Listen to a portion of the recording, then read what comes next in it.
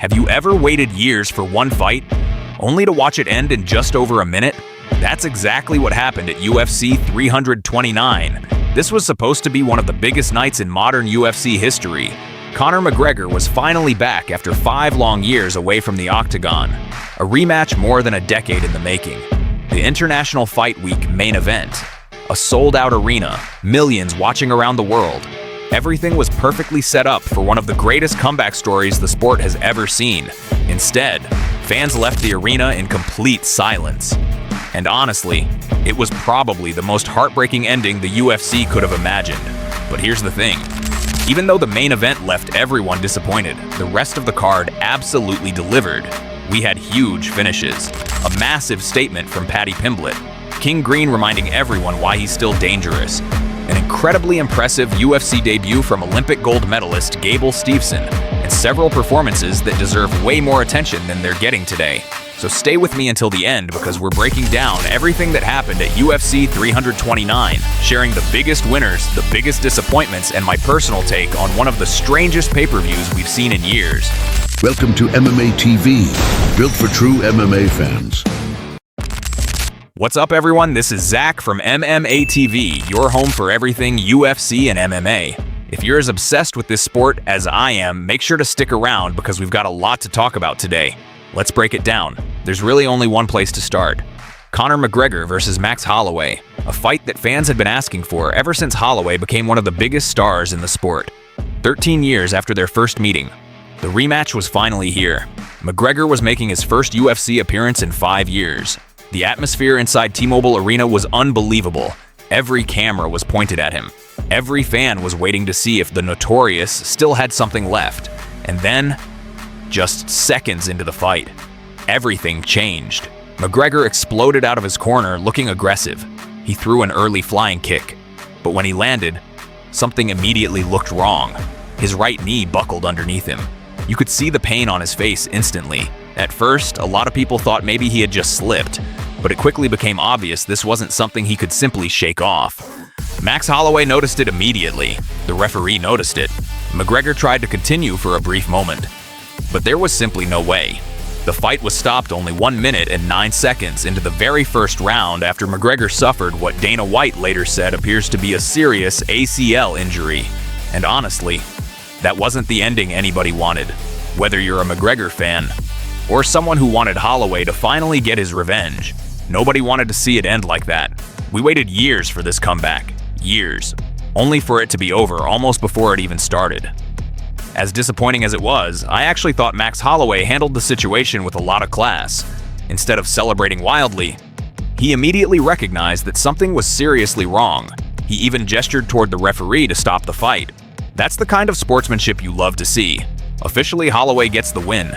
But I don't think this is the kind of victory he envisioned when this rematch was announced. After the fight, Dana White spoke to the media and admitted that the UFC believes McGregor may have torn his ACL. According to Dana, there were absolutely no warning signs during fight week. McGregor looked healthy. He had a great training camp. Everything checked out medically. It was simply a freak accident that happened at the worst possible moment. Now, the big question becomes, what happens next? Does Conor try one more comeback, or is this finally the chapter that closes one of the most iconic careers in MMA history? Personally, I don't think anyone can answer that today. The emotions are still too fresh. McGregor has overcome incredible setbacks before.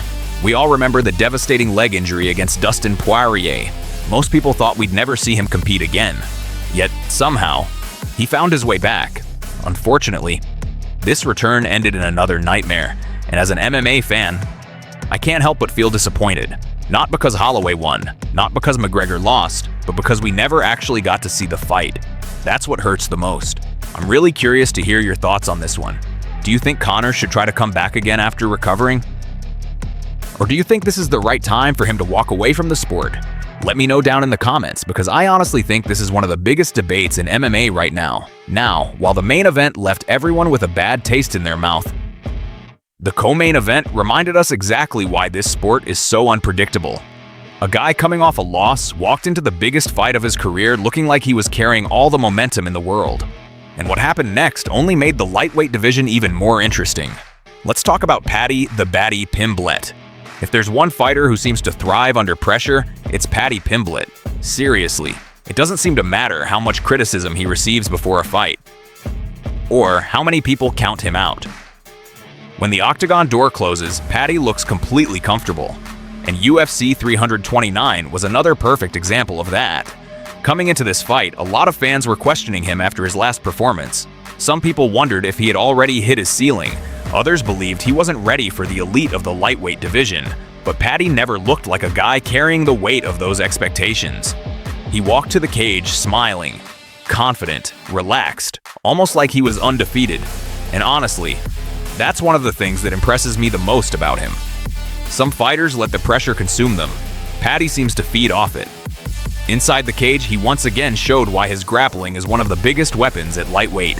His opponent made one technical mistake during a takedown attempt. Just one. And against someone with Paddy's submission game, that's all it takes. The moment the scramble hit the ground, Paddy immediately recognized the opening. He wasted absolutely no time. He locked in the submission, forcing the tap and securing one of the biggest wins of his career. The victory also earned him one of the UFC 329 Performance of the Night bonuses. That's what separates elite grapplers from everyone else. They don't need 5 opportunities, they only need 1. And Paddy punished that mistake perfectly. To me, this performance proved something important. People still underestimate his jiu-jitsu. His striking continues to improve. His confidence never disappears. But when the fight hits the mat, he's dangerous against anybody. And right now, Paddy the Baddy is still one of the biggest names in the lightweight division. Love him or hate him, you have to admit he's coming harder and harder to ignore. So here's my question for you. Who should Paddy fight next? Do you want to see him against another top 5 contender? Or should the UFC finally give him a legitimate title eliminator? I'd love to hear your opinion. Another fighter who deserves a lot of credit is Brandon Royval. Every time Royval fights, you know you're getting action. He never plays it safe. He pushes the pace, he creates scrambles, and somehow finds ways to make every fight entertaining. His performance at UFC 329 was no different. He showcased his trademark movement, volume, and relentless pressure. Whether he's striking or grappling, Royval constantly forces his opponents to react instead of execute their own game plan. That's what makes him such a difficult matchup.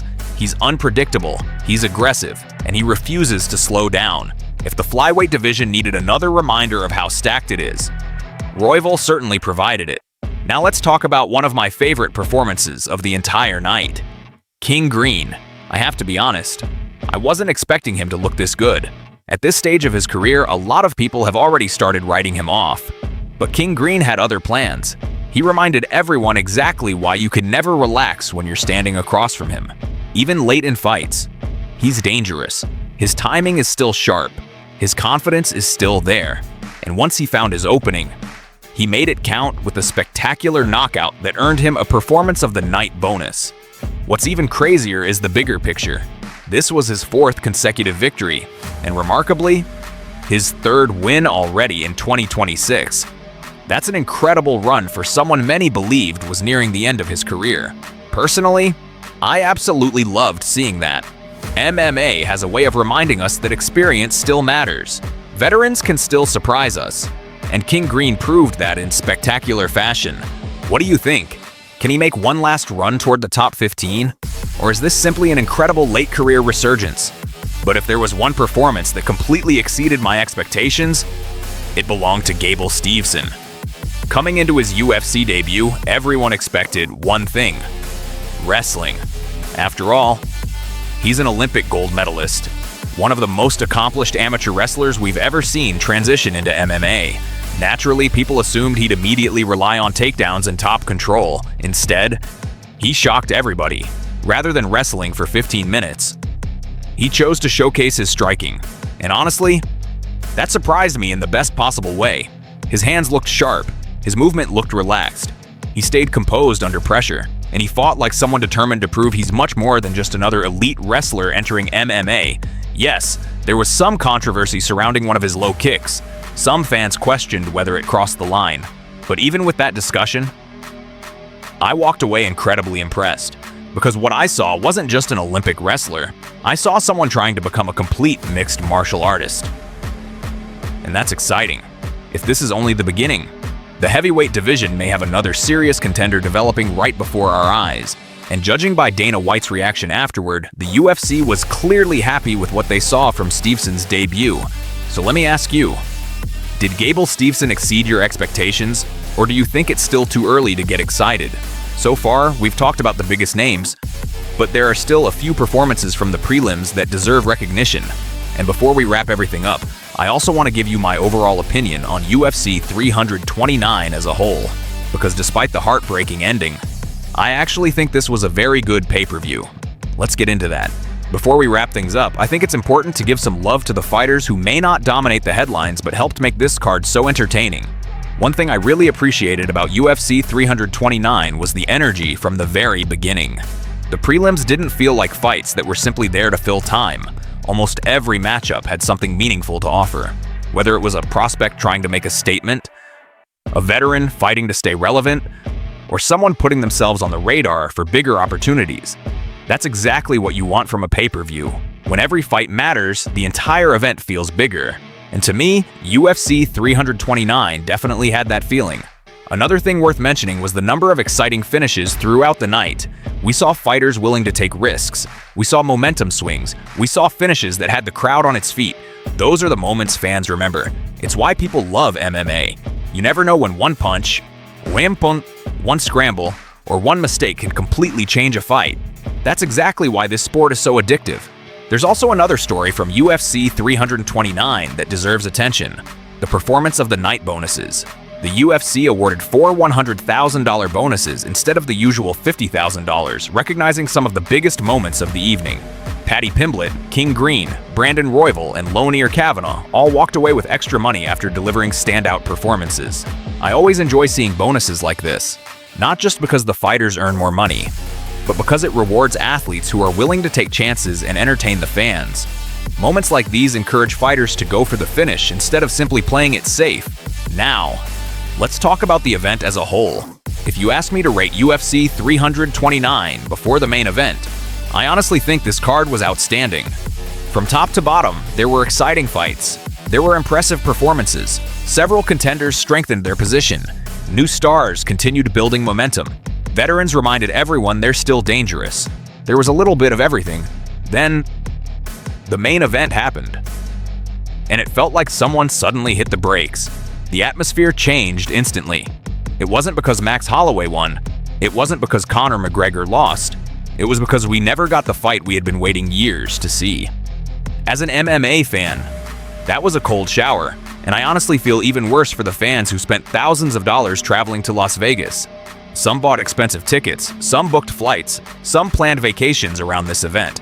Everyone wanted to witness Conor McGregor's return. Instead, they watched one of the most unfortunate endings we've seen in a UFC main event.